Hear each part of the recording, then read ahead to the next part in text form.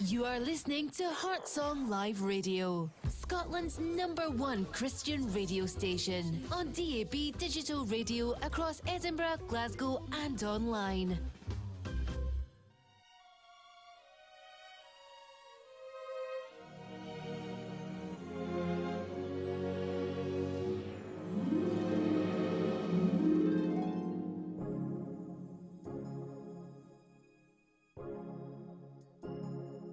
This is my moment.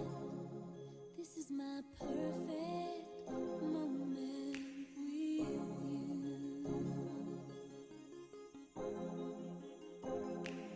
This is what God meant. This is my perfect moment with you.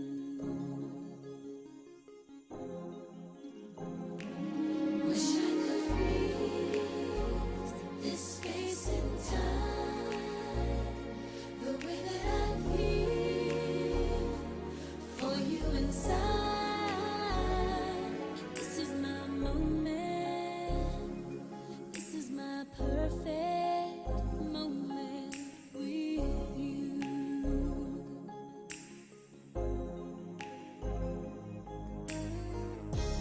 Tell me, love me. Good afternoon, everyone, and welcome to Candid Moment. My name is Fortunate, and I'm happy to be here with you one more time this afternoon. We're here today to talk candidly about genetics. Guess what? Genetics, the genes that makes us, the gene that defines us. So this afternoon, we're going to be focusing on the gene that makes sickle cell. We're focusing on all the different kind of genes that collaborate and makes a child with sickle cell. Today, we're going to be talking about everything sickle cell.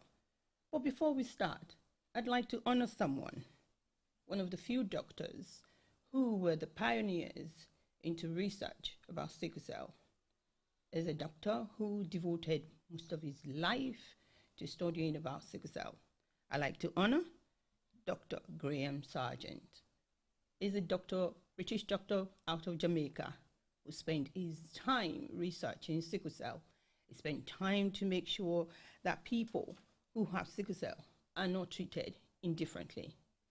Dr. Sargent, rest well. He passed on at 86, but you know what? Dr. Sargent did so much. He worked in Jamaica for over 50 years researching it. And his research is the one that has helped with many publications that has helped with the treatment of sickle cell. His work has also helped to transform doctors' understanding of what sickle cell is. And this man, in his research as well as in his publications, he has been able to help people to understand that there is life beyond childhood for people with sickle cell. He printed an article and a journal in the year 2009 where the medical community now believe that people with sickle cell do not have to die in their middle age or as children anymore. So we honor you and we say rest on, Dr. Sargent. This afternoon, I don't like calling sickle cell patient warriors. I prefer to call them winners. I have two winners who will be coming on to talk to you about their life experiences, their shared experiences, and I will be sharing my own personal experience as a carer of a winner. I will be telling you more about my own personal experience of sickle cell. So before we start, I am going to be playing a song dedicated solely to my champion. They are the ones that this afternoon is all about. And I like to let them know. Put your hand on your chest and say, I am a winner and this is me. Not a stranger to the dark. Hide away, they say, 'cause we don't want your broken parts. I learned to be ashamed of all my scars. Run away, they say, no one will love you as you are. But I won't let them break me down to dust. I know that there's a place for us, for we are glorious. sharpest words wanna cut me down, I'm gonna send the blood, gonna drown them out. I am brave, I am bruised, I am who I'm meant to be. This is me. Look out, 'cause here I come. And I'm marching on to the beat I drum. I'm not scared to be seen. I make no apologies. This is me.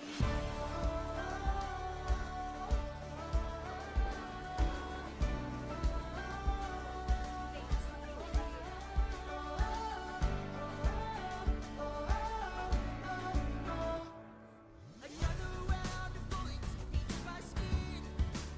But fire away. This today, I won't let this shit sink in.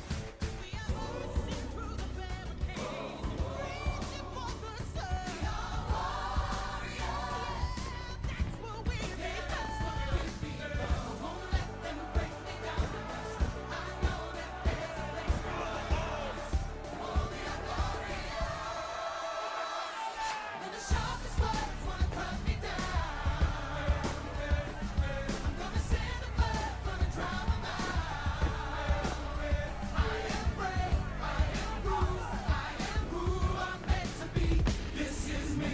Look out, 'cause here I come. And I'm marching on to the beat I drum. I'm not scared to be seen. I make no apologies. This is me.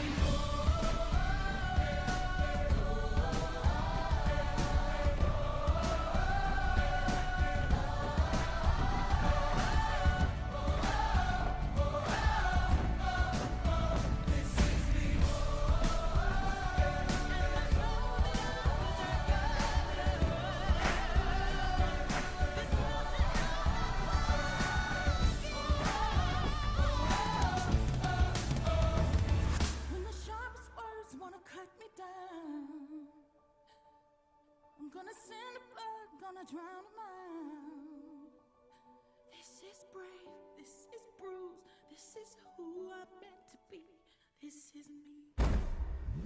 Look out, 'cause here I come.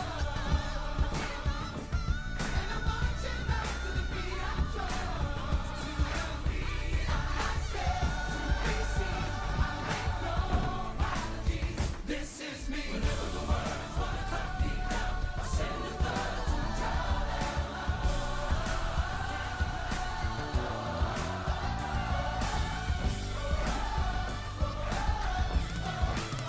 This is me. All right, this is me. Well, with many of my winners, I've been told horrible things. They've been, downgraded, degraded. When they're seeking help for crisis, when they're in pain that no one wants to experience, because believe me, I don't think anyone can describe the pain of sickle cell crisis like those who are going through it. I would like to encourage you with the words from the song that just played. You know what? With the sharpest words that have been said to cut you down, keep on sending floods of your unwavering and overcoming strength to drown them out. Drown them out. Keep on marching on, and don't be scared to be seen. Tell people who you are. You're a winner. You're winning against the menace in your blood. But the world knows that you may have sickle cell. Yes. Remember this? Sickle cell does not have you. You are a thriving winner. You're just a thriving warrior. You're a thriving winner. Don't forget, the shackle and the bondage is not allowed. So live free, live joyfully. Before I play the next song and invite my guest, I've got something here that I like to read out for my winners. I wrote something. To those who know me, I am a writer. I love to write. So I wrote something for you. And I titled it, There is a Menace in My Blood. There is a menace in my blood. I carry the gene that hurts. I am the carrier of the reason for the pain I have to endure. I got the menace in my blood from my parents. My father didn't know that the menace in his blood would become a torment in my blood. There is a menace in my blood. That is a threat to the child yet unborn. Please avoid me and don't love me if you know that there is a menace in your blood. That's just part of the poem. The menace in your blood is not your fault. The menace in your blood and the pain you're enduring is not your fault. To us who carry the menace before you and gave you the menace together, we are sorry. I apologize on behalf of every parent of every child with sickle cell this afternoon and saying, we didn't do right by you by letting you have sickle cell. We're not proud of this. We're very sorry. We've seen your pain. I have seen the pain, and I've seen the many things that sickle cell can do to the body and to the mind of those who are bearing the pain. So I say sorry once again to all my winners. Please forgive us for making this mistake, but please join us to continue to raise awareness so that that person is not going to come back and say, love is enough, we will survive. No. What's love got to do with it? Love is never enough when it comes to sickle cell pain. You're going to forget how to love. You're just going to have so much hope, and you're going to have faith that all shall be well with a child. So why do you want to torment a child? Take away the menace in your blood. Look for someone that doesn't have any kind of menace in their blood. Unite and marry them. So this afternoon, we're going to be talking about this and more. I'm going to invite my first guest. She's going to tell you all about herself. She'll tell you our story, our experiences. And she has requested me to play this song just for you. It's her own favorite song, just so that you all know that God is winning for her. So,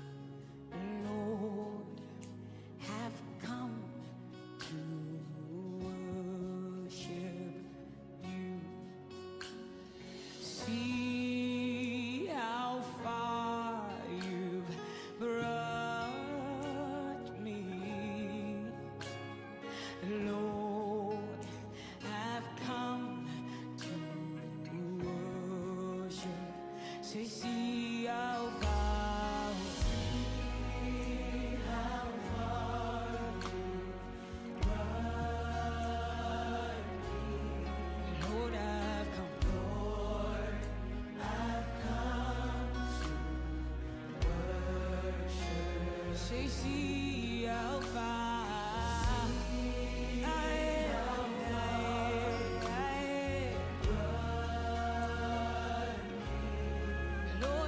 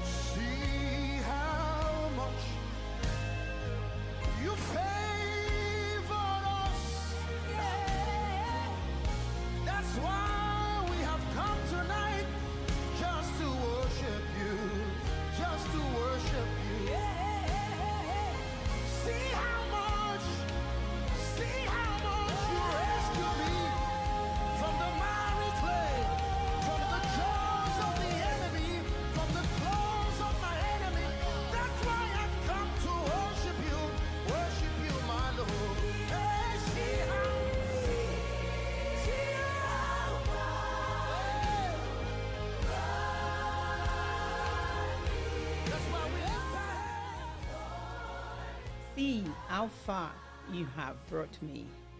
My guest this afternoon is appreciating God for how far God has brought her as a winner.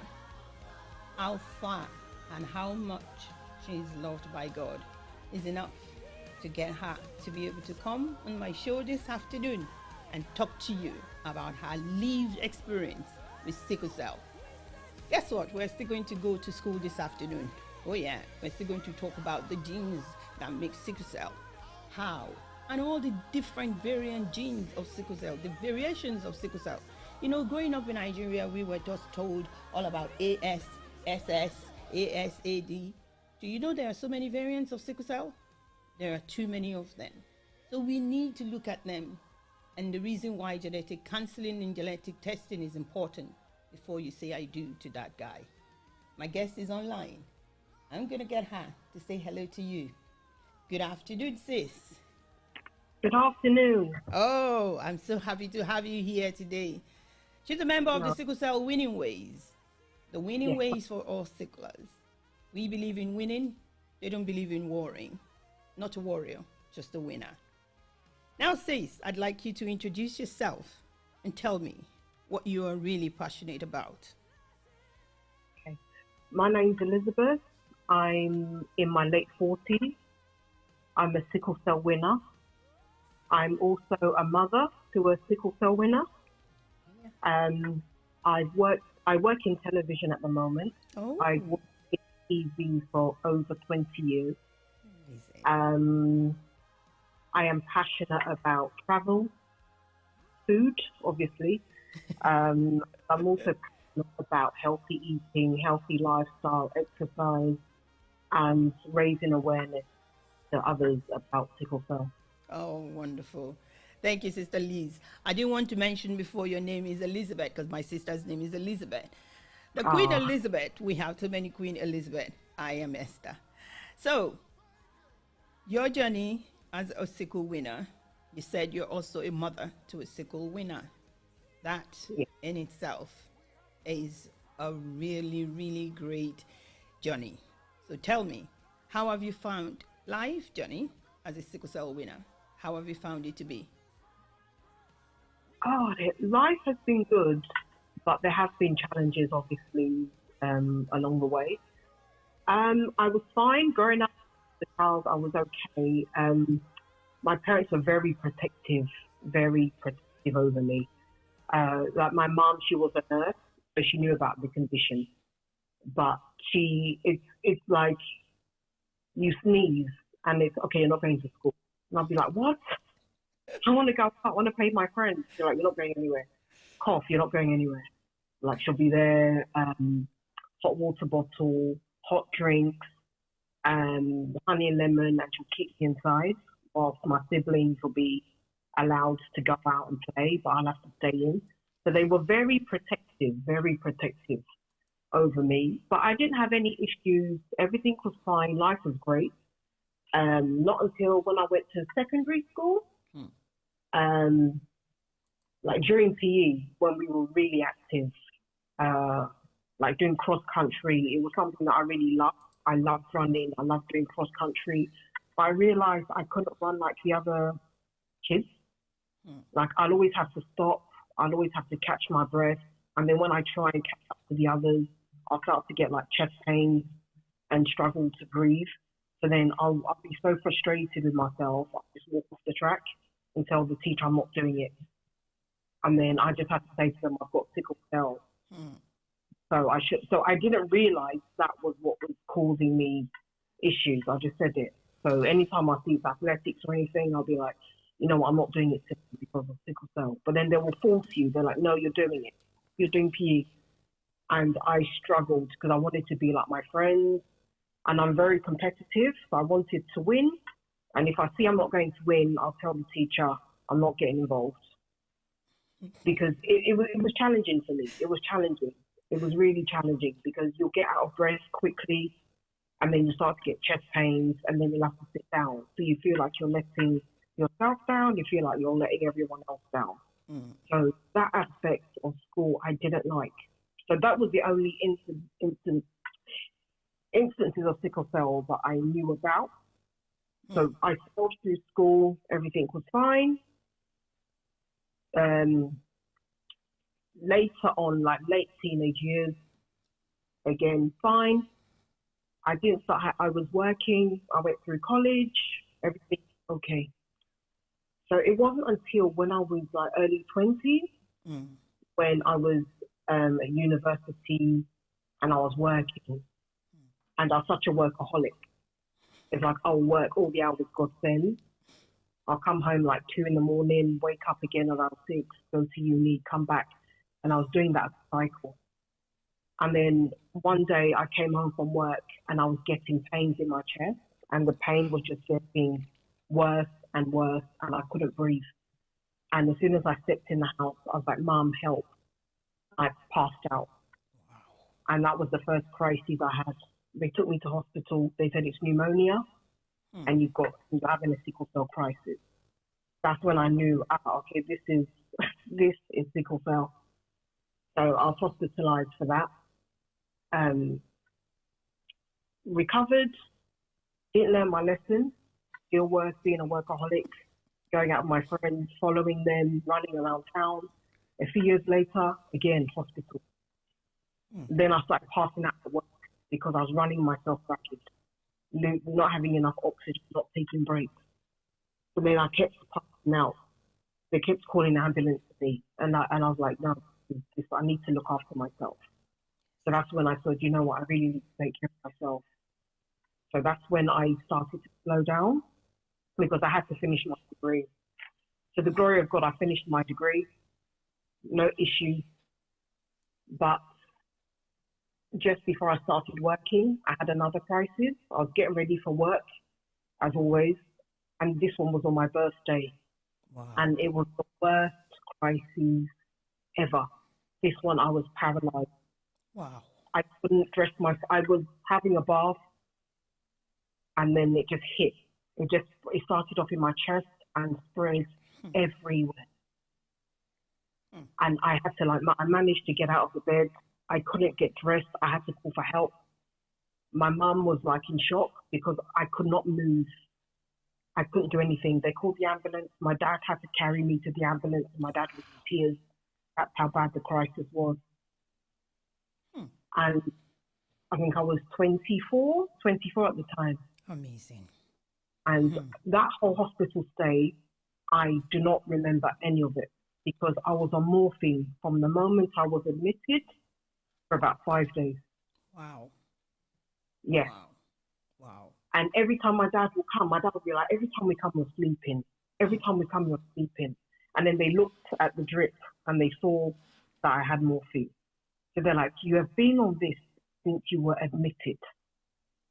And he told them to take me off the drip, take me off the morphine, because he said, this is heroin. You know, parents dramatic. This is heroin. You've been on heroin for 5 days. So they took me off. And at that time, I was like, you know what? I was in the hospital surrounded by old people with their ailments and things. And there's me, a young girl. And I'm like, no, I don't ever want to be in this hospital ever again. So I did all I could. This is when I decided to seek counseling from my doctor. So he said, you need to be drinking like 3 liters of water a day. I'm like, fine. Because I hate the drip. I hate needles. I'm like, no, I go back there. So I had one more crisis after that. To the grace of God, I was only in overnight for observation, but I met another sickle cell patient there. And I told him, I'm going home. I thought it said, yeah, like I'm getting out of this place. And he said, I don't know when I'm home. And that's when it hit me. Like, wow, this illness is not a joke. Yes. It is not a joke. You need to look after yourself. Thank you. Thank you. Yeah, that was the last time I was in hospital, and that was December 1999. December 1999. Thank you. Yes. Thank you. This is a woman, Elizabeth. She's in her 40s. She's a winner, winning over sickle cell, and hasn't been in hospital since 1999. That's such an amazing journey. 20-something years, not been in a hospital. But she needed to get to a place where she recognized that she needs to do the work to help herself, and also to do the work to save ourselves.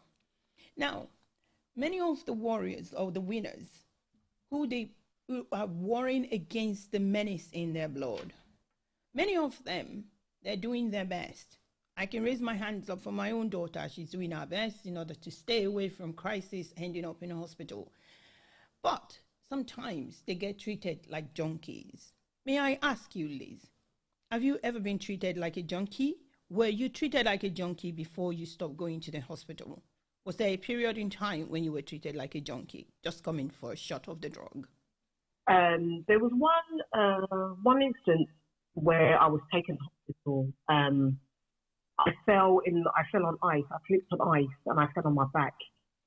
So I had to call an ambulance. So when the ambulance came for me, they were saying, "Oh, she says she has sickle cell, but she doesn't look like she's in crisis." And then they're saying, "Oh, but like," they were whispering amongst themselves that maybe I wanted just to have the drugs, just for morphine. But then the lady was like, "No, she's actually in pain. You can see." But then the guy was like, "Oh, but I'll be sure."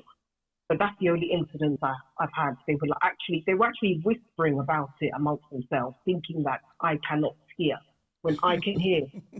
I was just like, I'm just thinking, I don't even want to go hospital. I didn't want to call you. I've had to send my son to my parents, things to be taken care of. And then here are you guys accusing me of being a junkie. That has been the only time. Yeah. See, the argument among themselves, trying to justify you don't look like someone with sickle cell.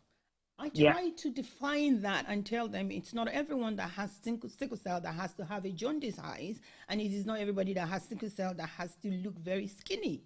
Those are in the myths that we need to work on. Those are the myths that we need to change. There is no look for anyone with sickle cell. They look like winners. They look just like winners. They don't have any specific look. Just because she's not skinny and her eyes are not yellow doesn't mean, oh, there's no sign of sickle cell. Those are the old myths that have kept a lot of people in bondage. So to the healthcare professionals, I'm saying to you, tell the next person who you work with, there's no look for sickle cell. They don't have any specific look, and the way they cry, the way they hurt, sounds just as every other person. Their pain may be more, they may be, when they're in excruciating pain, it's indescribable. I don't think I can describe the pain. I don't think so, because I've never experienced it. But you see, Liz said she has had the experience of being treated like a junkie. I'm going to ask my speaker again, the next speaker, the same question. But for now, I'm going to ask you, your faith in God, what role did it play when it comes to you handling sickle cell? I think it's just quoting scriptures over myself. I shall not die, but I shall live to declare the works of the Lord. Thank you. For I know the thoughts I have concerning you, thoughts of good and not of evil. Thank you. And the one about the blood, that one, I always speak that over myself. And I think that is what I instilled in my son as well, because I've raised him up to stand on the words and just to remind himself who God has said he is. And as I said, the last time I was in hospital, I said to God, we're not doing this ever again. So you need to help. You need to show me. And he has been faithful. He's been faithful. My birth, again, having my son, that was a testimony in itself. My hemoglobin was 4 the day before I gave birth. Wow. It went up to 9 the day after.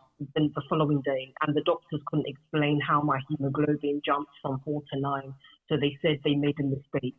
So I know it's the God that I serve. Yes. The faith. I didn't lose, and even the blood, I hardly lost any blood, and the nurses couldn't understand how I didn't lose blood, being a sickle cell person. So again, I attribute that to God. Thank you. We all enjoy miracle. I enjoy miracles, not one, those miracles. She's enjoying that as well. And she says she's a mother. So to those who feel that, being a sickler, you cannot be a mother, I know a few who are mothers, and I'm proud of them. And another mother is speaking on the radio for you to hear right now. Now, my question is, what would you like to change in the UK at the moment? the care for sickle cell patients under the NHS England as well as NHS Scotland in some places is really very, very poor. What would you like to change with respect to sickle cell in the UK and globally? I want the healthcare professionals to have more training. As you said, not everybody with sickle cell looks like they have sickle cell. Yes. Unfortunately for me, people who have experience of people with sickle cell, they look at me and they can tell. But those who don't know about sickle cell, they wouldn't know that I have it. So they need more training. They need to understand that the pain we're in, when we are crying out for pain, it's not that I can't describe the pain. So they need to be trained on how to speak to us. We're not junkies. We're not attention seekers. We don't want to be in hospital. Me, for one, I don't want to be in hospital. So they need to understand that not everybody wants to be in hospital. We don't want to be taking up space for somebody else. And there's a hospital my son was in. When he was admitted, he was in his own room. He had his own dedicated nurse, and everything was in there for him. So that helped him to recover quickly.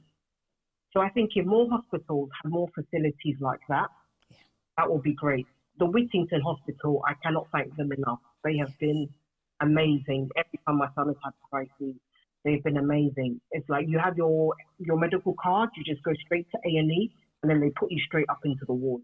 Okay. So it helps, but they don't really have that for adults. It was more for when he was a child. Yes. So it's been a bit more challenging. So I think if they have more things like that in place, because you recover better when you're in a peaceful, quiet environment. Yes. You don't want to be with somebody who's there with an infection, coughing in your face.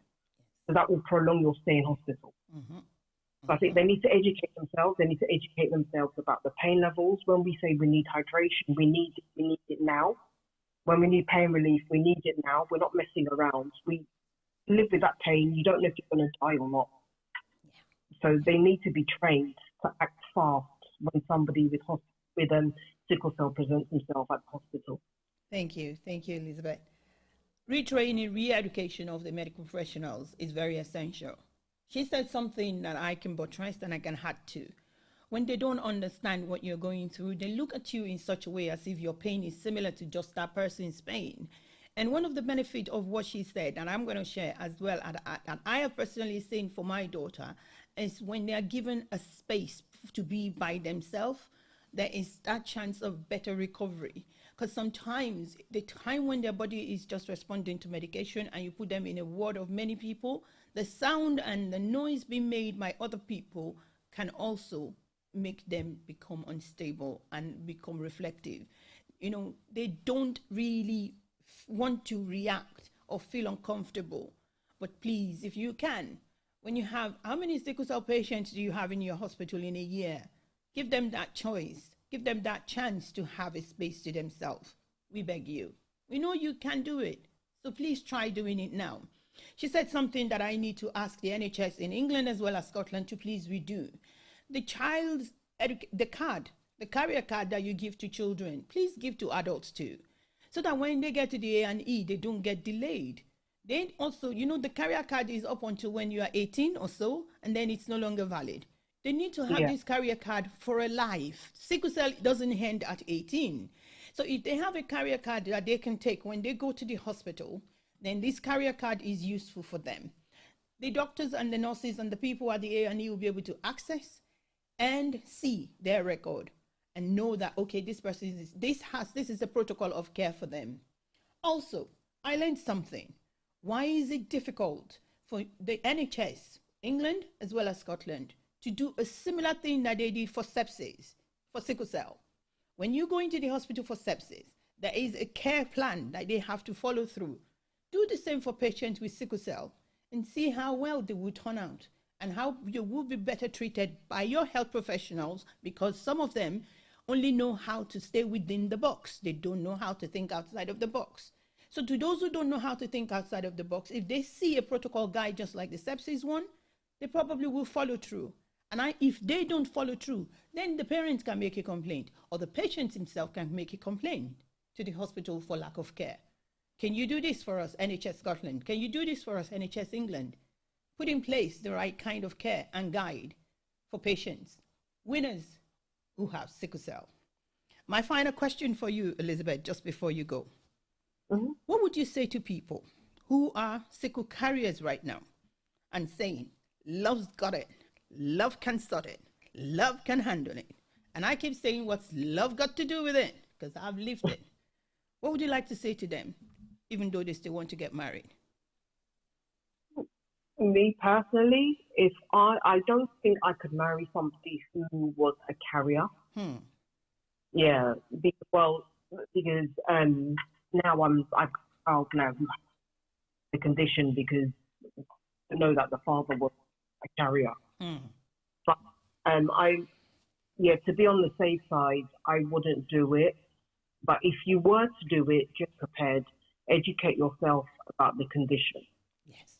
Everybody's different. As you mentioned earlier, there's so many traits, there's so many strains of sickle cell. Yes. In my friendship group, I've got SS, my friend has got SC. Yeah. So there's so many traits. And be compassionate. If you are, let the person who doesn't have the sickle cell be compassionate to the other person and do your research, know what you're getting yourself into, speak to other people who have done it. It can be done. You know, people who have done it. It can be done, but just do your research. And if it's something that you feel, okay, our love will overcome this, then go for it. But just do your research because it's not an easy journey. It's not an easy journey. Thank you so much, Elizabeth. Thank you. Thank you for sharing your life. Thank you for sharing your experience. Thank you for letting somebody else know how important it is for them to understand what sickle cell is. Now, one thing you said earlier is that there are so many strains of sickle cell. There are so many variants. We only thought there was SS. Then we grew up, and I'm learning there's SE, there's the S beta, beta plus, beta 0, and then there's the SO Arab, there's the SD, and there's the SE. So there's so much to sickle cell than what you know. And also, do you know, being a recessive gene itself, there are other gene-related illnesses that you shouldn't marry. Suppose you want to date someone, like most of the time, all our children, they're thinking, okay, I won't marry a black person, I'll go and marry a white man, I'll go and marry an Asian man. And I've been saying to them, gene test first. Because if he's a carrier of cystic fibrosis, you're going to have a child with sickle cystic fibrosis. Double whammy. And then if the person has an autoimmune disease, sickle cell likes everything. And that child has one of the autoimmune disease and grabs it, with sickle cell. A child with sickle cell with muscular dystrophy. Why? You need to be wise in your choices. Go for genetic tests before you marry him. Before you marry her, be sure your genes are compatible, and you're not going to have a child that will make you both end up hating each other in the future. For us who did not know, Elizabeth said she didn't know. I didn't know. I thought the knowledge I have was the other person. I knew I am a carrier, so I avoided dating people who are carriers. And then I ended up having a child with sickle cell. I'm wondering, where did that come from? You said you were AA. So now it's not a matter of you said. Please get tested. Go to your GP. Go to go to the local doctors. Go to a lab. Get yourself tested. Have a card that validates you that you are not a carrier. Elizabeth, I thank you for joining me this afternoon. I'm playing a song just for you. Mary, Mary, Shackles. Because I believe that every shackles has been broken. And for the last 26 years of your life, you've not been into the hospital. May that shackles remain broken over you and the rest of all the winners in the name of Jesus. Thank you for lovingly sharing your life with me this afternoon. Here's Mary, Mary, just for you.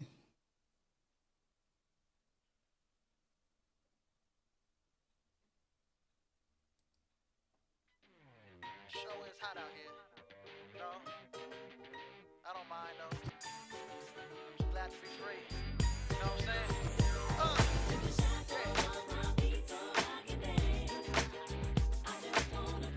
What you wanna do?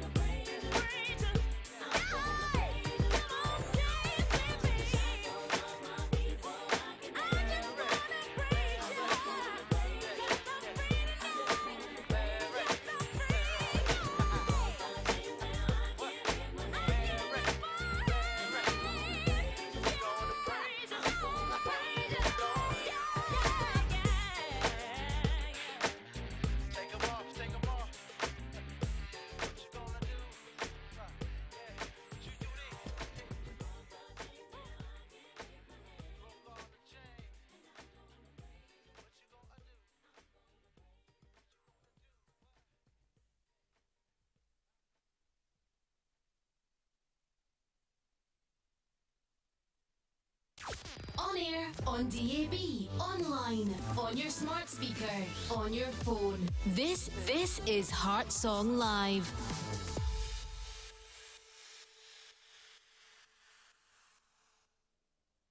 All right, welcome back to the show.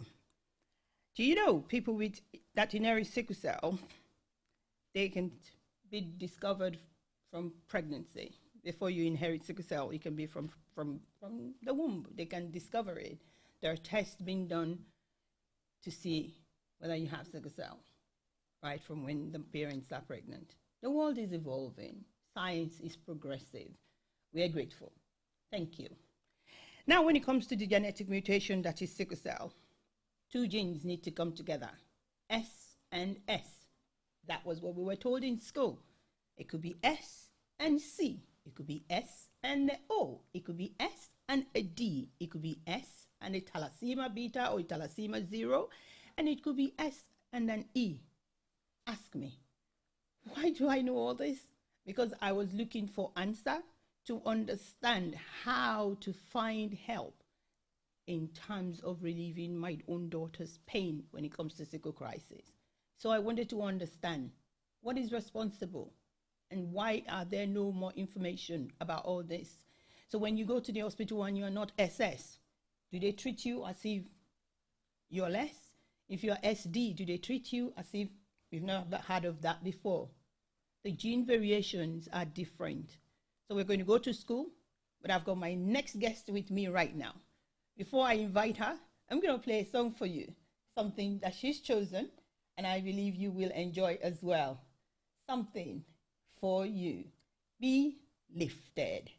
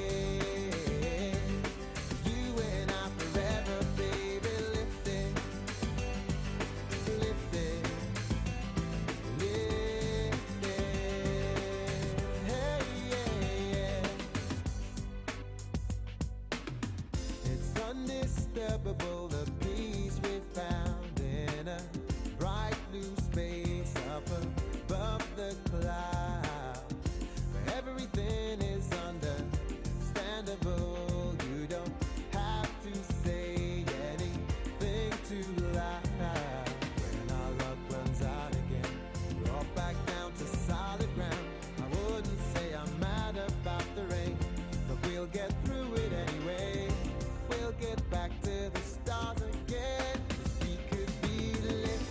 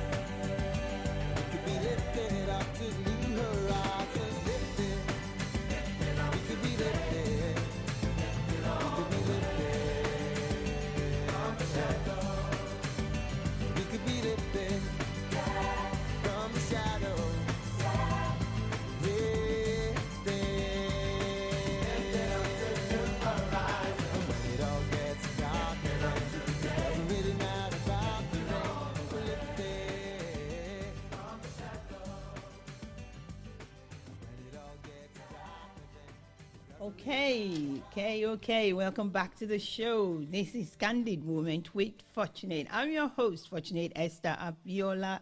This afternoon, we're talking about genetics on Heart Song Live Radio, your voice of inspiration.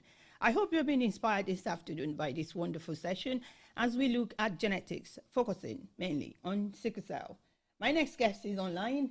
I'm going to ask her to introduce herself, and you can then I'll get to ask her similar questions that I've asked my previous guests when it comes to sickle cell.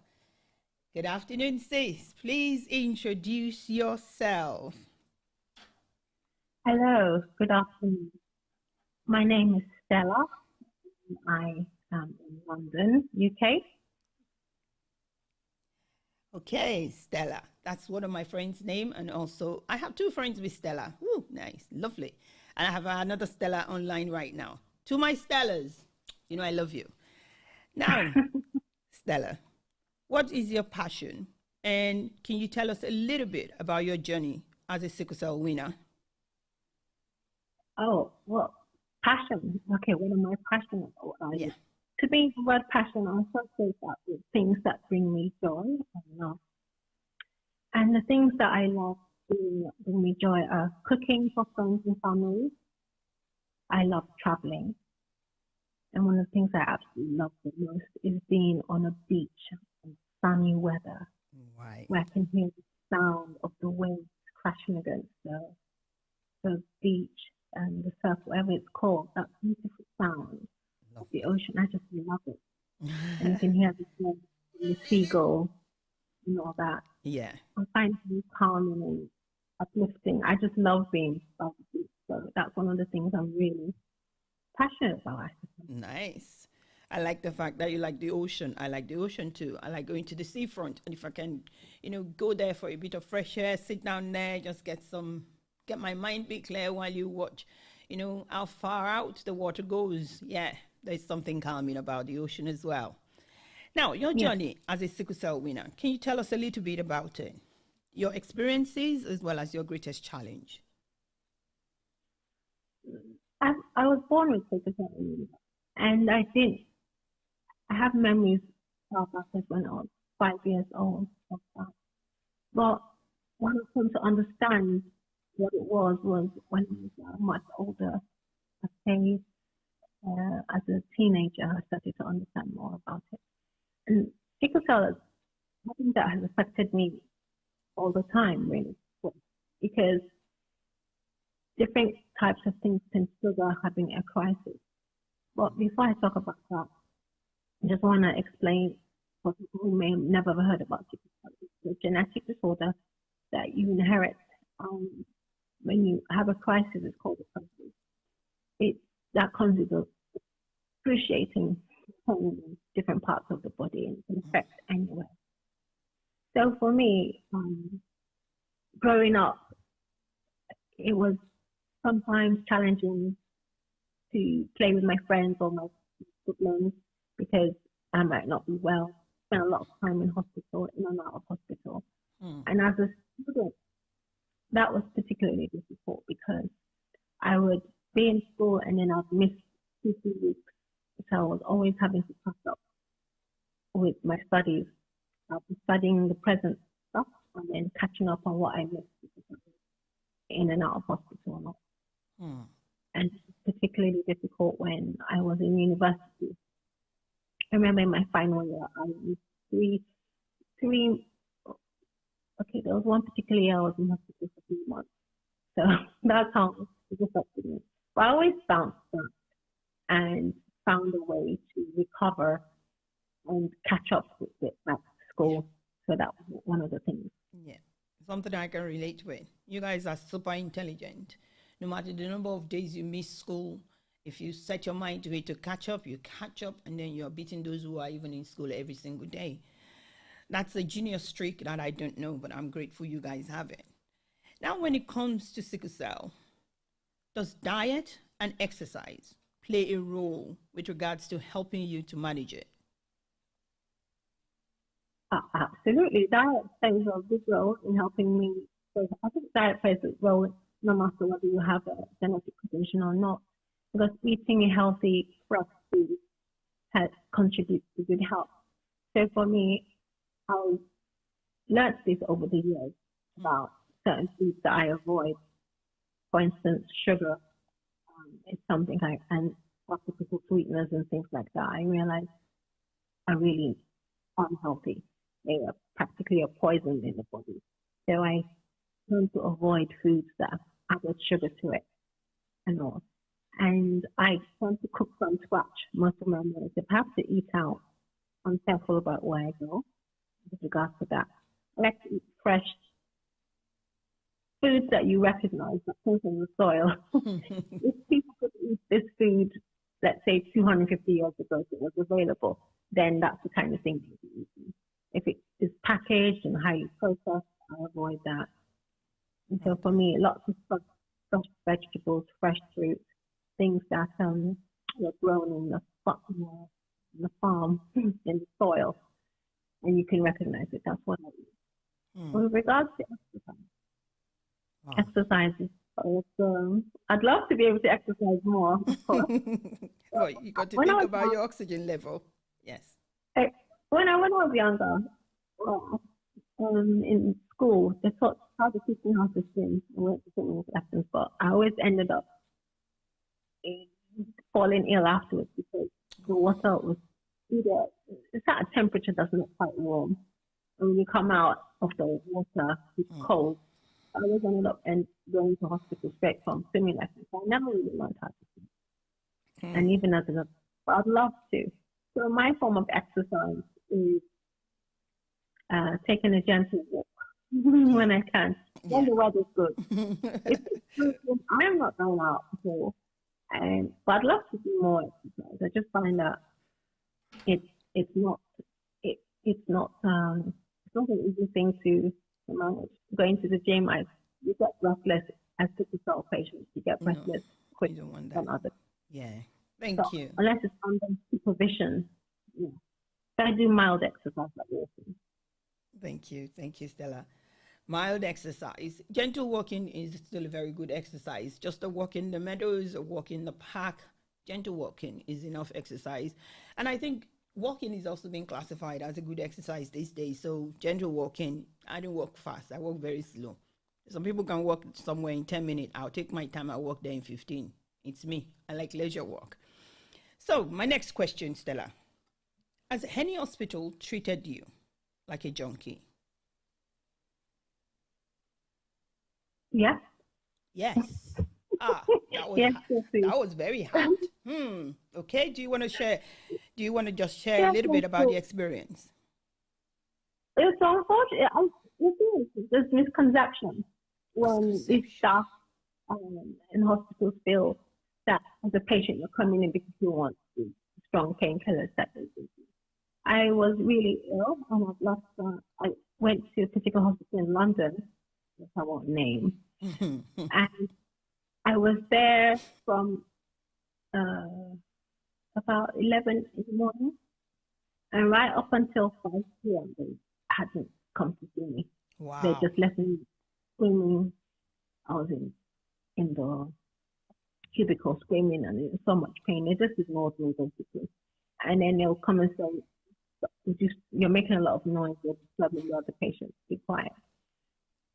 And I kept asking for the doctor and nurse to help me, give me some painkillers and everything, but they didn't. So I called my brother and just said, please, can you come and get me out of this hospital?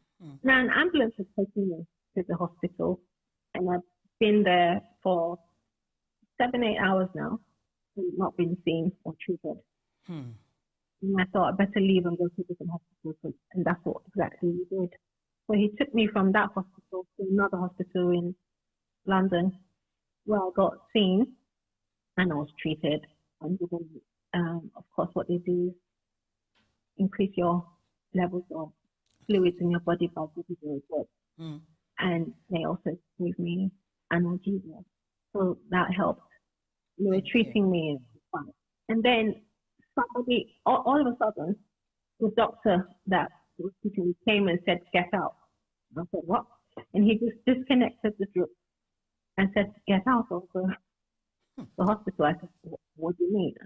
I could barely stand up.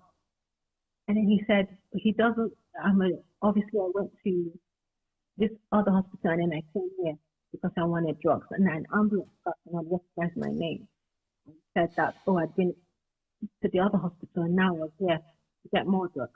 He said I should leave. And this was 2 a.m. I said, but I couldn't understand why he was chucking me out. So he actually chucked me out of the hospital. I could barely walk. So I called my mom, who is a nurse at the time, and she was working. So I went to the ward she was working. And she and the other staff, they allowed me to stay in the nurse's resting area until the morning when I then got admitted to the hematology department. Wow. So they came in and ended up in intensive care. So that doctor had accused me of coming to the hospital just for drugs when I was clearly on that happened. And it happened a lot where nurses would call them and they just say, this person is they just want the drug. And I don't know why they would have such an opinion. Thank Because, you, Stella. Thank yeah. you, Stella. I can't understand why they do that myself, especially in London, when all the stories and the many years in which we canvassed with the Sickle Cell Society, I've been part of that time at the time, where we wanted these people, the medical professional to understand the power of the pain of a crisis and that they should stop seeing people as coming for drugs. In 2022, I believe the society presented a document called No One's Listening to the then Health Secretary, Sajid Javid, just to let them understand, we just need you to listen to these people, listen to these winners. They are not here trying to score drugs, but no one is still listening. So Scottish government, UK government, why is no one still listening? They don't want to come for your drugs. They just want to be well. They're in pain. So why would you look at them less and see them as a junkie? That's a question I'm waiting for someone to answer. And I'm still going to bring this discussion to the table of the Sickle Cell Society. So I'm going to get someone to come from the society to come and explain what else they're doing, what else needs to be done for us to make the changes and pave way for a concrete way of treating winners so that they don't get subjected to the abuse of being called junkies. They are not junkies. My words. The words of the winners. We are not junkies. They've been screaming, but nobody's listening. We need someone to listen. So if you know someone who has sickle cell or you are in hospital, let me plead with the general public. If you see someone in hospital and they are crying and they tell you they have sickle cell, support them, be their voice. I always say, Stella being not having somebody to be our voice, she was moved and had to stay somewhere till the morning and then get to the hematology team. That's not right. Be the voice of somebody. Tell them, go and look online, go and find more knowledge, but don't treat these patients like this. If we all come together, if we come as a force to say, we want to help these winners, we want to help these people with sickle cell, we want to help these children, these adults with sickle cell, we need to make a loud noise on their behalf. You might just be saving a life. Sickle cell patients that have died in hospital, those who died in the waiting area, those who died while connected to their morphine, and they were forgotten. And my daughter who almost died because somebody decided she's come to score drug. We have to change the narratives. We need to help them. So if you know someone, you don't know anyone, but you're in a hospital and you see someone crying and they say, I have sickle cell, be their voice, help them. Nurses, doctors, health professionals, professional health workers, help. We need your help. We have to change the narratives. We need to be able to let the whole world know that sickle cell winners are not junkies. They just need help to relieve the pain. Stella, what would you like to change with respect to sickle cell in the UK and globally? With World Health Organization just giving us June 19 as Sickle Cell Day, what other awareness? What else can the whole world do? How can we come together to make changes? Well, first of all, I feel that the health professionals, the hematologists and all, they do know a lot about sickle cell and the staff, but there needs to be more training globally about that. And in the UK, even in the UK, because not all the nurses and doctors are aware of what this is and what it entails. Like you just said, some people see for patients like there's some people coming in for drugs, but it's not the case. And the way people present is different. Some people come in sitting screaming and literally screaming the whole place down. Yes. Well, some people like my late brother, he never screamed out, but there was a lot of pain. Like boys, Yes. they might not scream and they'll tell you their intent and then they're being ignored. And so I'd like training people to be more aware, medical staff and all over the world. But awareness needs to grow about what this is all about. Because a bit like pregnancy, where one person's pregnancy is smooth sailing and nothing, the lady can go around her life, and some other lady, another, being in hospital most of the time. There are various the ways people present with sickle cell. So we need to be aware of that. Thank you. Thank you. Stella, just like Elizabeth and myself, we've come to the same, we're using the same word, re-educate, train, retrain if you have to, seek more knowledge, Google it, find out more information about sickle cell. But then the health boards, the different health boards, I'm begging you, when I went to war with one of the trusts in London, and I went to war with them, one of the outcomes for me was that they were going to include a 6-month refresher training for all their nurses. I don't like going to war with hospitals. We shouldn't have to fight. We shouldn't have to be vocal and be, have to shout or even try to get the world's attention for one particular hospital before changes can be made. If you have to, organize a refresher course for all your nurses. Ask someone to come from the Sickle Cell Society. Ask someone to come from the community. Ask parents to volunteer. I would, if you need me to speak. The University of Dundee requested me one time to come speak to their nursing student. I was happy to do it. Believe me, universities, if you need me in Scotland, anywhere, I would come. We need to educate them. We need to let them understand when you see a sickle cell patient, just like some hidden disabilities, you can't say this one looks like a sickle, that one doesn't look like one. And each sickle experiences presents itself in a different way. Some come with pain in the legs, some come with pain in the hand, some come with pain in their chest. The pain can be anywhere in their body. It is where the sickling is. When it's sickled, it's like a C. So the red blood cell is no longer around and it's not able to move around into the blood. So it becomes stuck. They're in pain. I want you to do an experiment if you can, just something to help you. It's just a simple experiment I did myself. Get an elastic band, tie it around your hand as tightly as you can. Leave it on for an hour and then take it off. Tell me how you feel. If you can survive the hour of leaving the elastic band on, you won't. Now just imagine the pain of having a blockage that they have to go through that lasts not 1 hour, but can last up to 5 days. The sickling experiences that they go through is indescribable. So I'm begging you, health professionals, I'm begging you, health board, I'm begging you, NHS Scotland, NHS England, do something. Retrain the nurses, retrain the health professionals, provide more information. Let them read through the no one's listening so they will understand why we are saying nobody is listening. And also create a small, just another little document like you did for sepsis to help patients with sickle cell. Nobody needs to die anymore. We're not in the age where everybody was blaming it on the tradition and the culture. I come from the place where they were called Abiku. Nobody needs to die anymore. Just having sickle cell doesn't mean the end of the world. We have women in Nigeria who lived over 90. We have 89-year-old in this UK. We have women who are in their 40s and in their 50s speaking online and living. I know friends who are in their 50s and almost 60. And those who are over 60 as well. Let's change the narratives. Let's help them. Before I let you go, Stella, I have 2 more questions. One of them is about faith. Do you believe in God?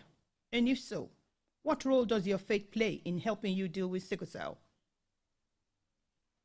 Thank you. The question of what is a very personal thing. Some people do and some people don't. But I do. I believe in God. My faith has helped me a lot with this. I'm a member of Eckankar, which is a path of spiritual freedom. And one of the most beautiful prayers we have in Eckankar is an ancient love song to God called Hugh, H-U. And I sing this every day, and it really opens my heart. It relaxes me. It connects me to divine spirit. It brings peace, and it's helped me so many ways. I've had miracles because of singing the Hugh. And anybody can sing the Hugh, regardless of your faith or lack of faith. It helped me tremendously. So I sing it every day for 20 minutes. And it has brought calm, clarity, and guidance from the inner, that means the Holy Spirit. Everyone has a little voice that guides them.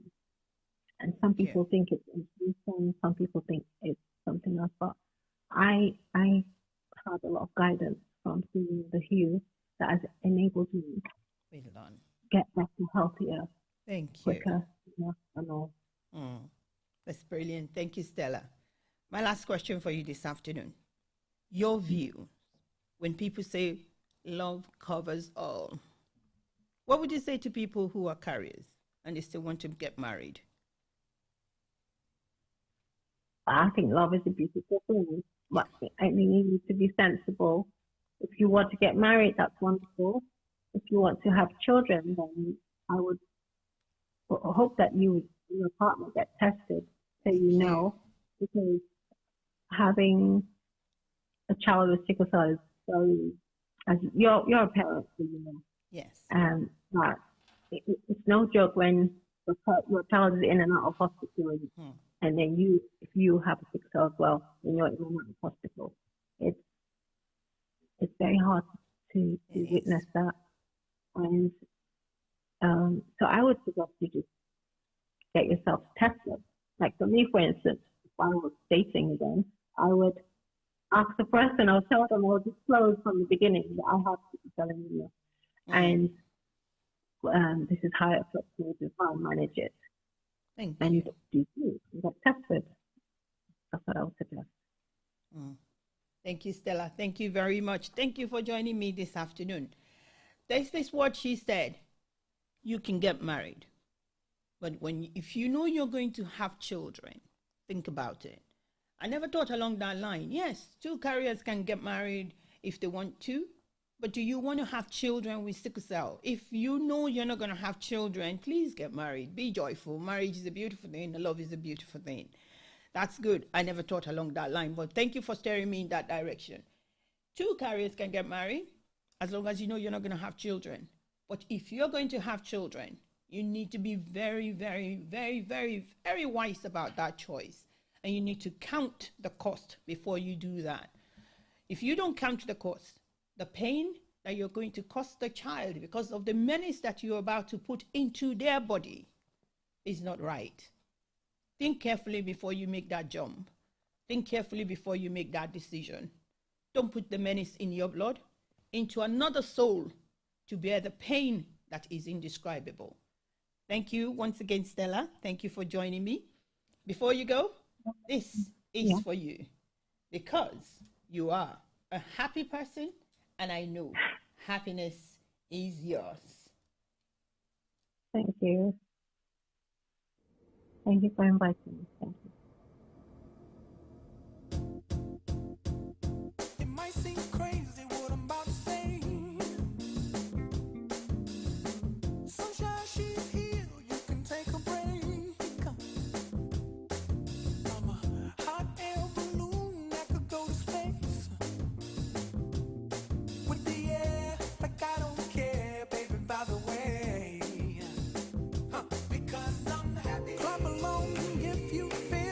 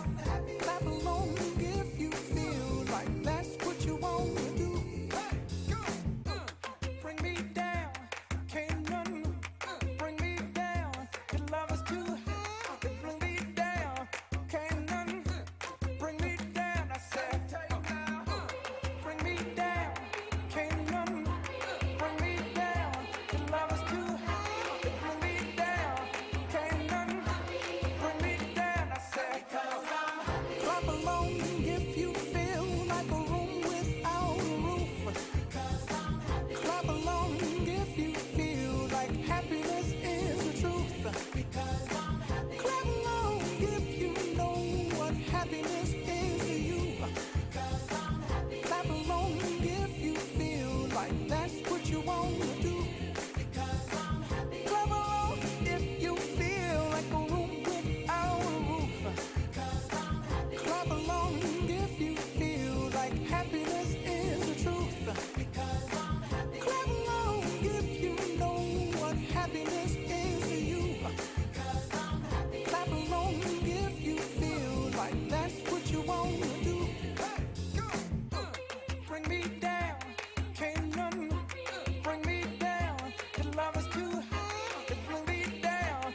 Can't none bring me down. I said, cause I'm happy. Clap along if you feel like a room without a roof. Because I'm happy. Clap along if you feel like happiness is the truth.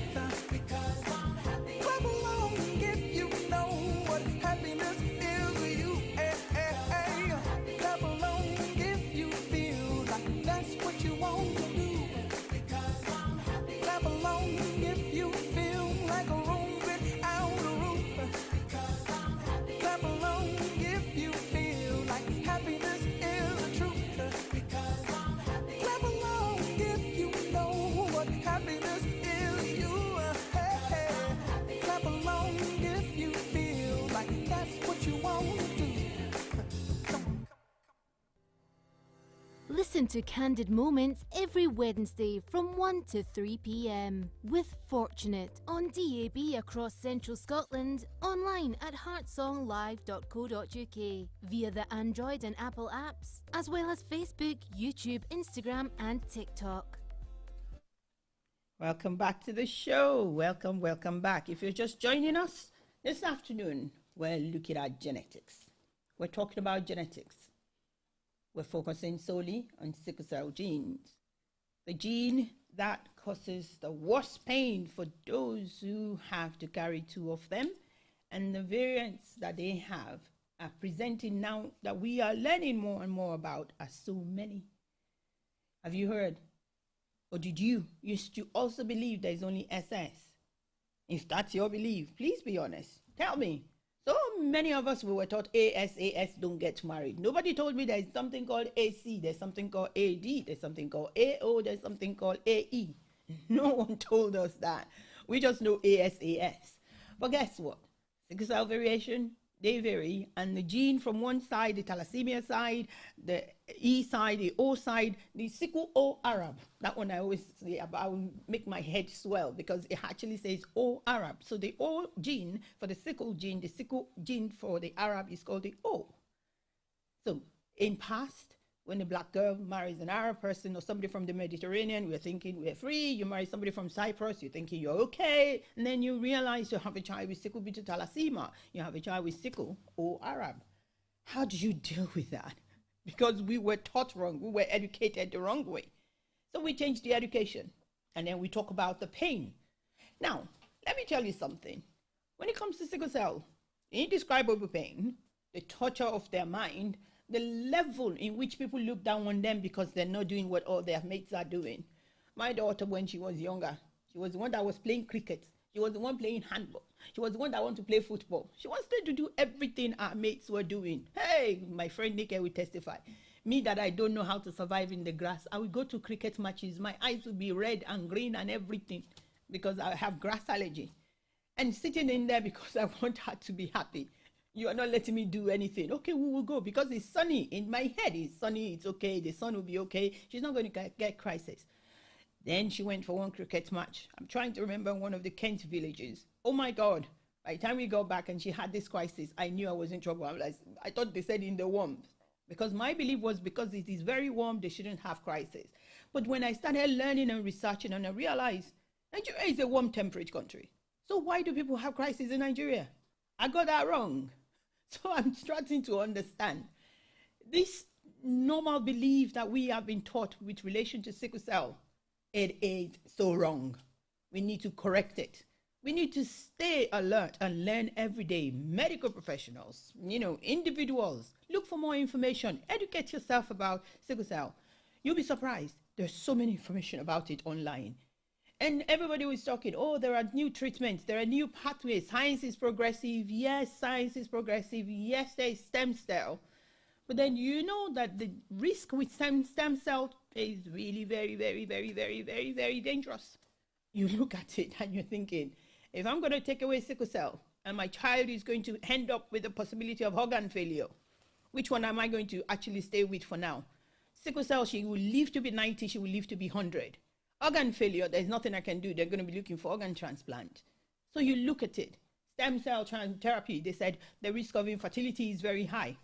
All the risk, so present the risk, weigh it, just like we've been saying. Education is what is more important. Educate yourself with every decision you want to make. If you decide as a career you want to get married, educate yourself and prepare yourself for the worst. If every pregnancy you want to check them to see that they don't have a sickle cell before you give birth and you want to start getting rid of the pregnancy, what are the chances that you only have 2 children and then you went to check because you love him so much, you did AS, and then you got the first test, because there's so many amino sentences as well as some other tests that they are doing now in order to discover whether the child has sickle cell. Now, if you now decide, oh, this one has sickle cell, okay, we're letting it go, we abort it. That one has sickle cell, we're letting it go, we abort it. What are the chances that those are the only 2 children that you're supposed to even have in this lifetime? And then they're gone. Risk. Consider the risk, the pros, the cons. Think carefully before you make that final decision. Don't jump into it.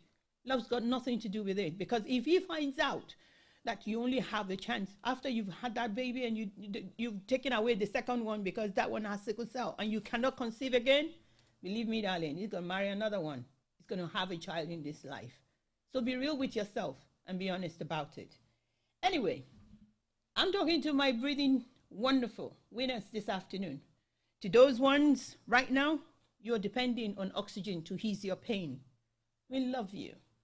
To those in the hospital, at home, you're stuck to your oxygen mask in order for you to be able to understand, to breathe through this pain. Thank you for fighting through. Thank you for staying strong. I've got a song for you. Ariana Grande sang this song called Breathing. I want you to breathe. Just keep breathing. Don't hold your breath. You are worth it. And we love you just for who you are.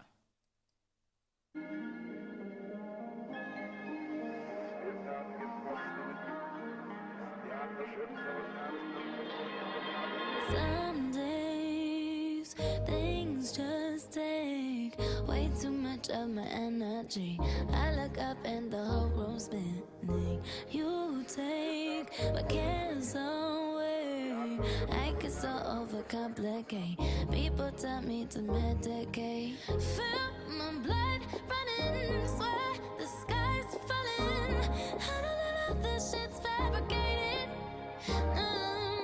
Time goes by and I can't control my mind. Don't know what else to try, but you tell me every time. Just keep breathing and breathing and breathing and breathing. No, I gotta keep on breathing. Just keep breathing and breathing and breathing and breathing. No, I gotta keep on breathing. Sometimes it's hard to find my way up into the clouds. Tuning out, they can be so loud. You remind me of a time when things weren't so complicated. All I need is to see your face. Feel my blood running, swear the sky's falling. I don't know if this shit's fabricated. Time goes by and I can't control my mind. Don't know what else to try, but you tell me every time. Just keep breathing and breathing and breathing and breathing. And no, I keep on breathing. Just keep breathing and breathing and breathing and breathing. And no, I keep on breathing. Yeah.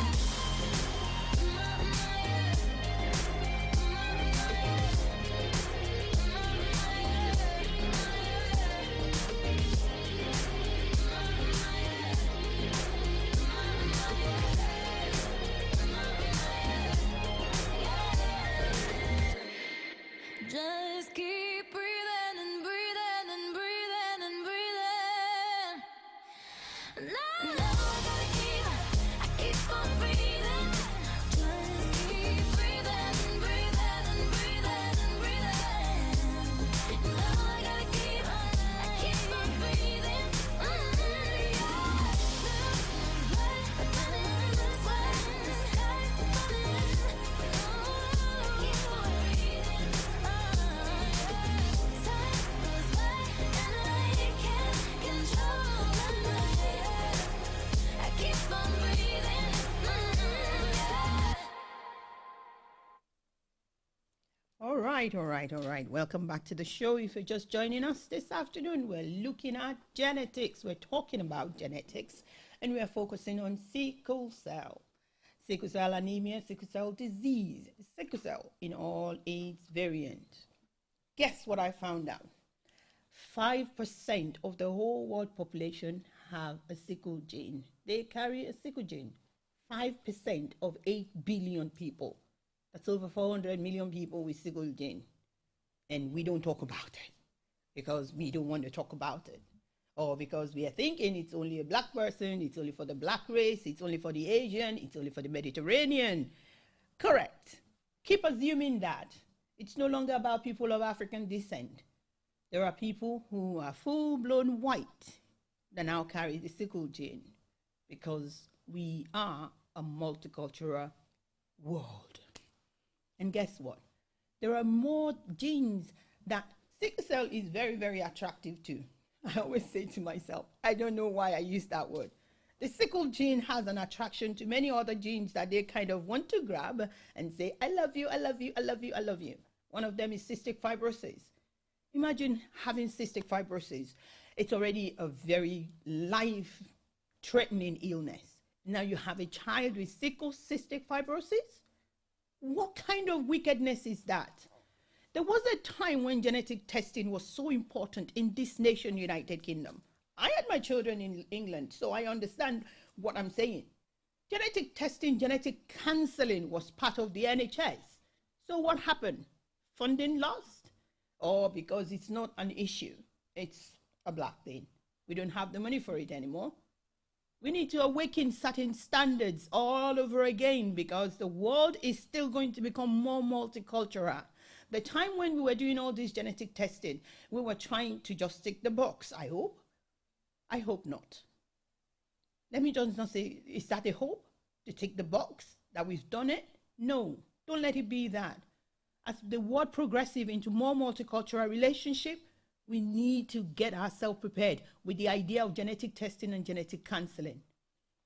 When I moved to Glasgow, the genetic counselor at the time, I'm sure she's probably retired now. I don't remember her surname. Her name is Marguerite.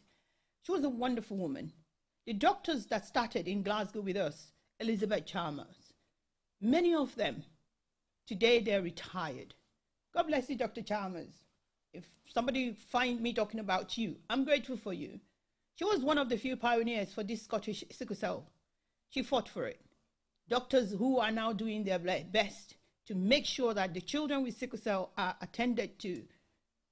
I'm thankful for you as well. Dr. Ann Robertson, Dr. Alex Klauser, Dr. Louise McIlwain, thank you. You're all doing a good job as hematologists, but we still need you to do more.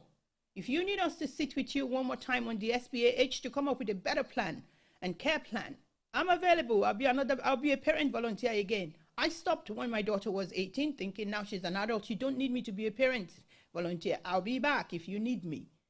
The SBAH have prepared a book that the NHS Scotland, the nurses and the doctors can easily access in order to provide care for these children. Why is nobody making it compulsory in the trust and putting it online for them to be able to see? I shared the link with the last hospital I have a war with now. I'm at war with one hospital at the moment. I shared the link with them. Why is this not on your own intranet? Is it so hard for you to have your IT people to add it? So that when you have a patient with sickle cell, if this needs to be corrected, we need to do something now. We need to have a voice. I'm leading the battle as the voice of winners. Join me in this call because it's about time to help the over 400 million people who are carriers of this sickle gene. Just carriers alone. 5% of the world population have sickle gene. How crazy is that? An information that I never knew I could have. But do you know what? Sickle cell doesn't kill. It's the lack of care that is killing people. That's the final words. I've learned that sickle cell itself doesn't kill. It doesn't kill.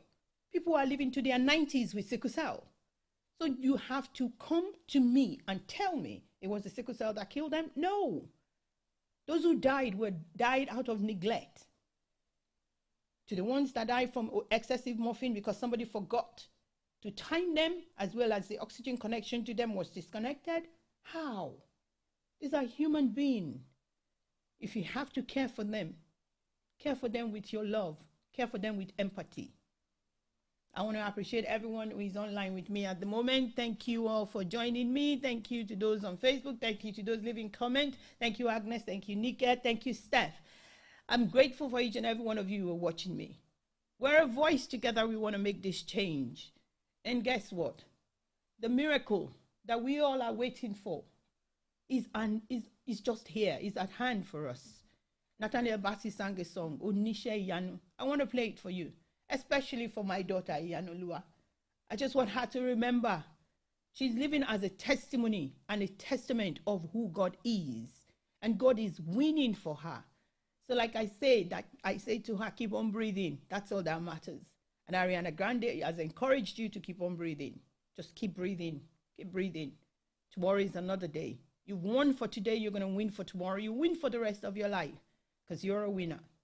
So I'm playing this song for my daughter, most especially, before I come back again and school you. Not really school you. Just tell you a little bit more about sickle cell, the gene that is a menace in the blood.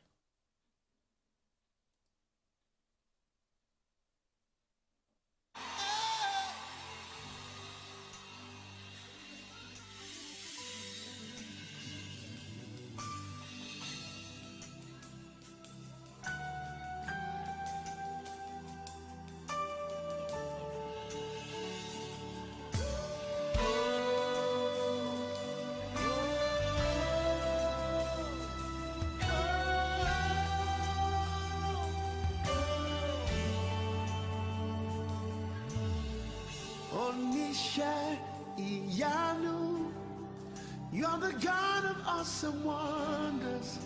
I've tasted of your power.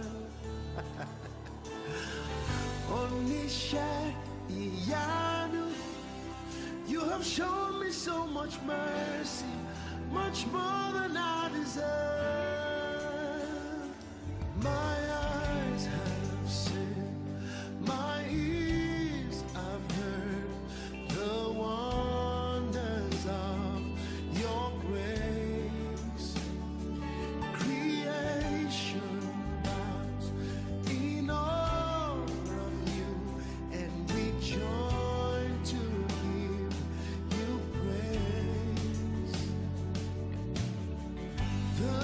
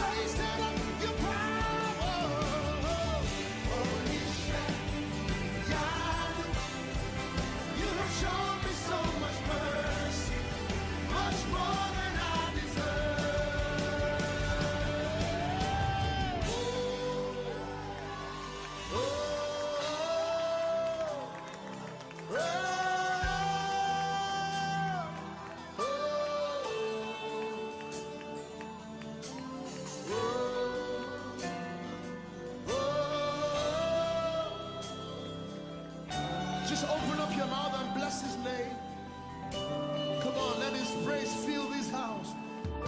Lift your hands and give him praise. God of awesome wonders. God of awesome wonders. God of awesome wonders. Tasting of your kindness. Tasting of your goodness. God of awesome wonders. All right, welcome back to the show. Welcome, welcome, welcome. If you're just joining us, this is Candid Moment with Fortunate on At Song Live Radio, your voice of inspiration. Do you know At Song Live Radio is going to be 8 years old? Yes, we're going to be 8. And guess what? One of the few things that we're going to be doing is celebrate the 8th birthday in a unique way. So, we'd like you to join us in celebrating. Next week, we're going to start with our Multicultural Week. So if you live in West Lothian, we're having a multicultural week for those who are here within us in the locality of West Lothian to come join us. Come and tell us about your culture. Like I've been saying, the world is going to be more multicultural than we can ever imagine because the world is open. There's a global open market that we are all training in right now. So we're going to see more cultural relationship, more mixed cultural relationship. Already we have so many multicultural friendship. Yes, I have few. I have wonderful friends from different culture, and I'm thankful for each and every one of them. The multicultural relationship that we form is what we're going to be celebrating next week. We're going to celebrate the cultures, the fashion of the culture, the music of the culture, the food of the culture. So if you have an idea, if you want to share about your culture, don't let me say an idea about what you want to share about your culture, you can send a message. You can either send a message via WhatsApp to our number, 07305080411. You can send us a voice note. Record everything you want to say about your culture. Say something in your language. Tell us about the clothes that you wear in your culture, your kind of food, the kind of food you eat at a certain period of the year, whatever it is that you're doing. Tell us a little bit more and let us keep going forward. You know, we're going to celebrate culture in a way that is going to make you smile next week. I'll be back next week. I'll be hosting a program in my own mother tongue in Yoruba. I'll be telling my people everything. I'll be speaking in Yoruba, but then please forgive me when I use the word okay and no sometimes. I know that I'm not going to pass that program Masoyimbo because I always say to myself, okay, is going to make me lose all the money. But let's go back to the business of the day. Sickle cell. Sickle cell is something I'm passionate about. And I want to continue to be the voice for many of them.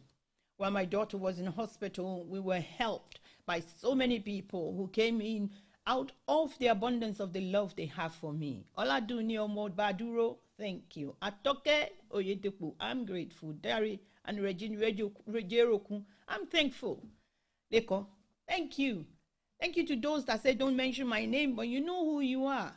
You stood by us, giving us food. Clothes, because I didn't pack anything. It was just like that. You went shopping for new clothes for me, new everything. Oh my God, new things. But I'm thankful that today, that one person I became a voice for is alive. She's well, and she's going to keep on doing well. She's going to continue to stay a winner. But like I'm saying, I'm begging the health professionals.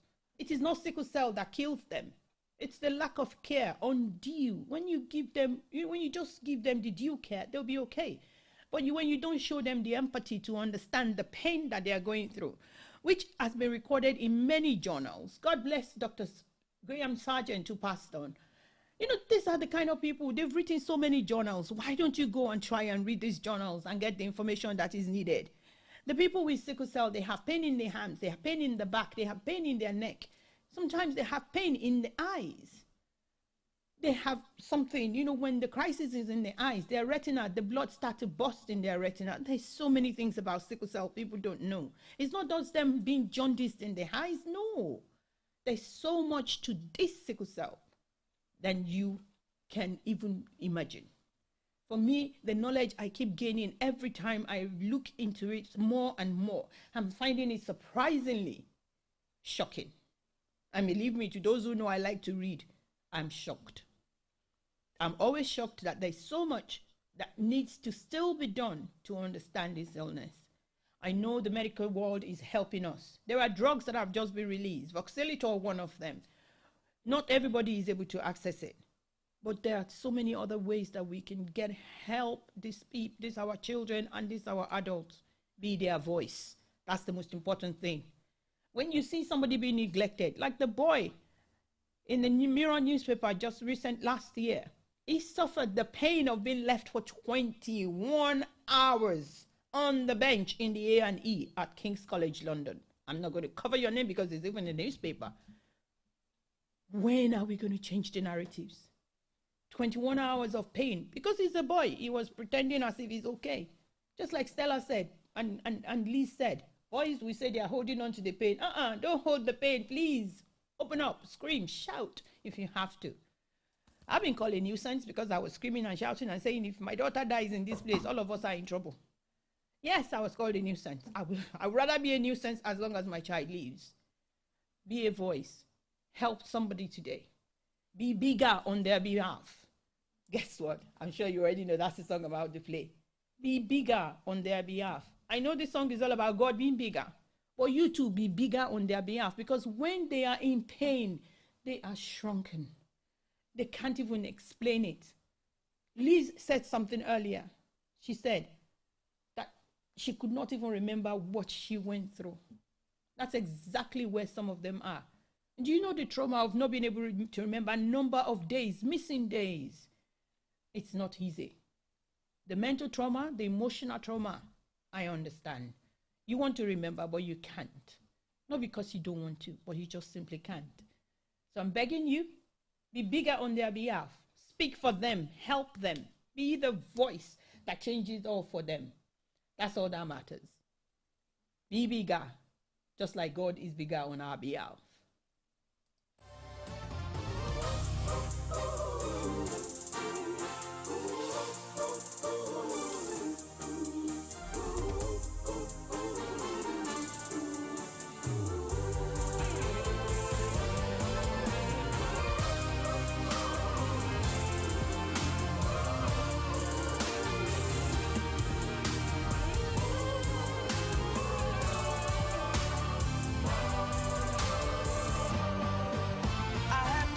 In my life, I'm living for his glory. I'm on fire every day, and nothing can stop me. Doesn't matter what I face, I am getting bigger every day. Every day I have Jesus in my life, living for his glory. I'm on fire every day, and nothing can stop me. Doesn't matter what I face, I am getting bigger every day. Every day I have Jesus. I have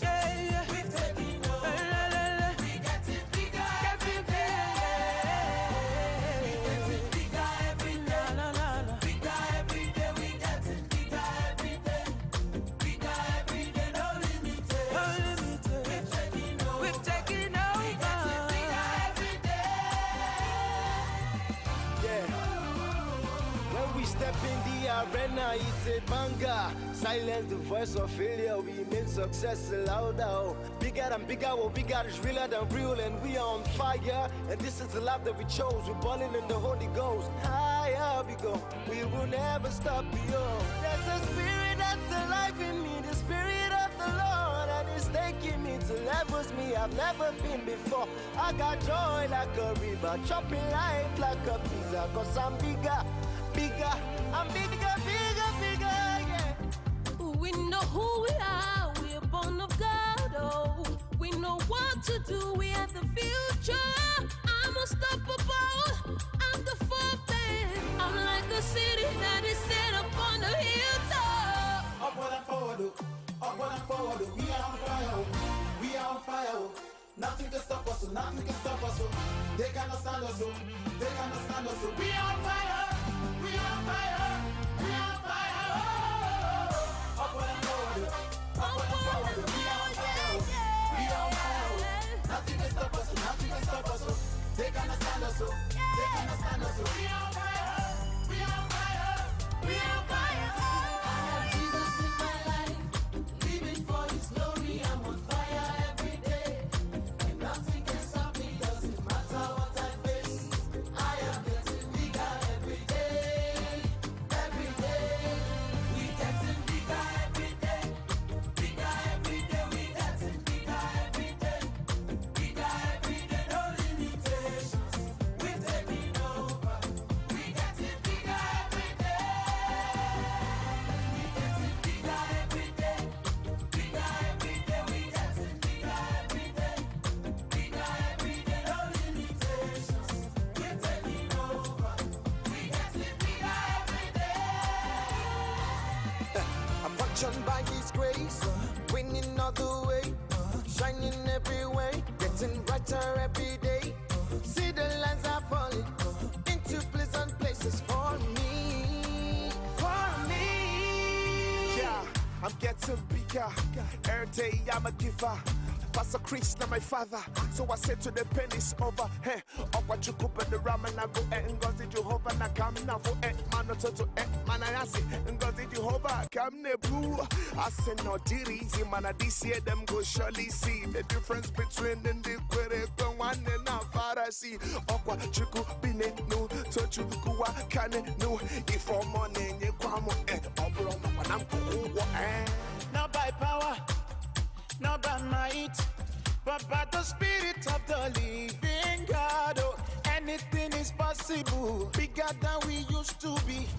We have moved, I say we have moved. Oh, not by power, not by might, not by might, yeah. But by the Spirit of the living God. Oh, anything is possible, bigger than we used to be. Yeah. We have moved, we have moved, we have moved. Not by power, not by power, not by might, not by might, oh no, but by the Spirit of the living God. Yeah. Anything is possible, bigger than we used to be. We have moved, I said we have moved. We getting bigger every day, bigger every day. We getting bigger every day, bigger every day. No limitations, we're taking over. We getting bigger every day. We getting bigger, bigger. We getting bigger. No limitations. We're getting bigger. You are listening to Candid Moments with Fortunate on Heart Song Live Radio.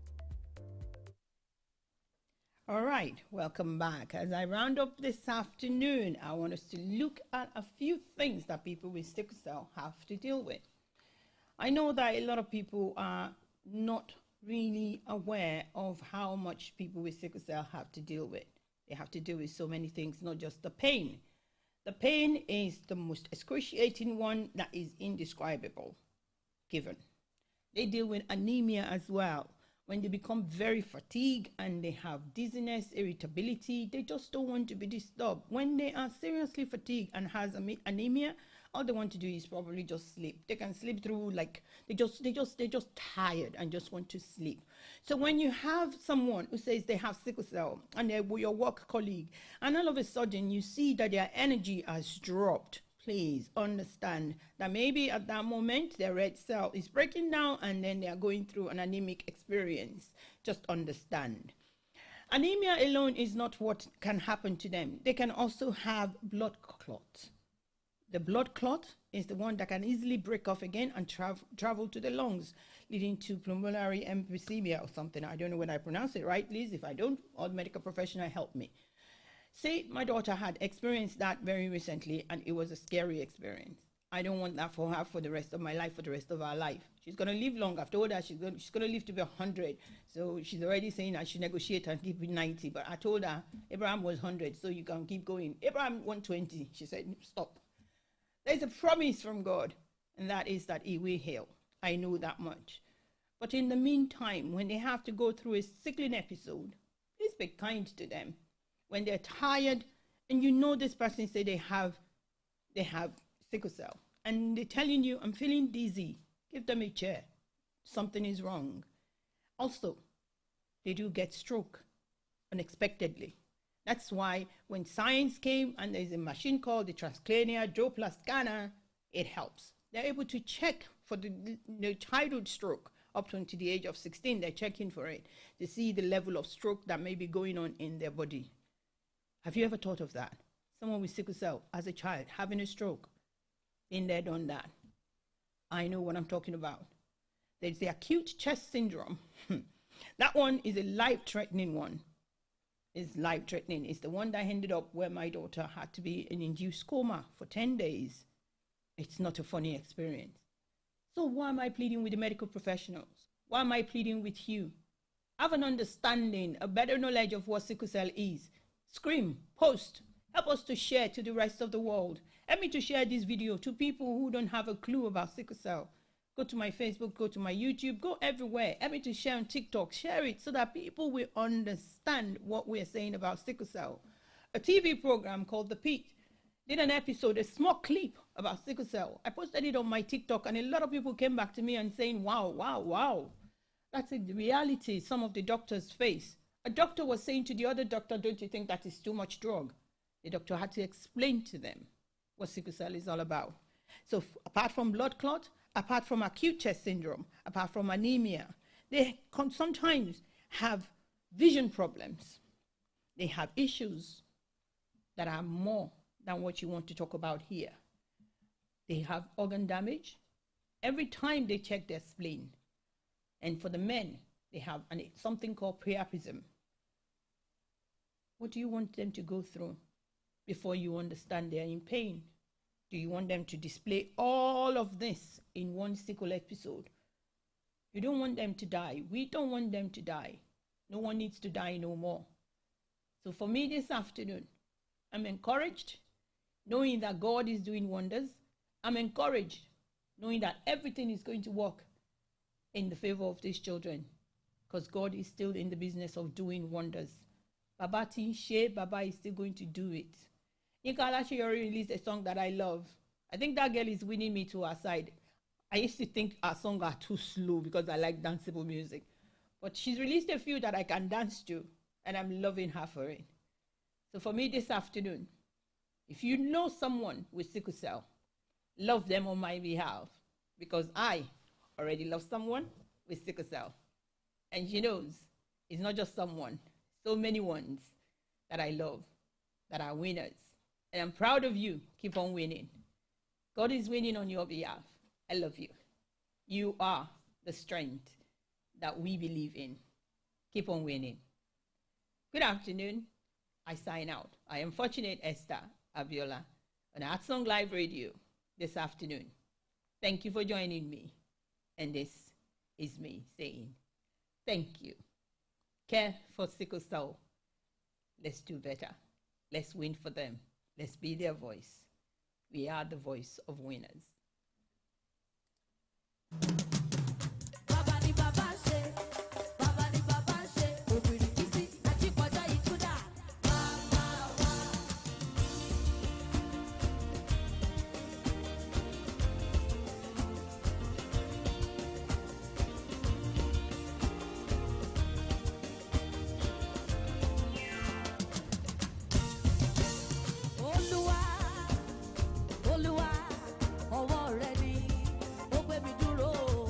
Olúwa, ìwọ ni o. Ọwọ́ rẹ mo rí o. Olúlúlúlúlú.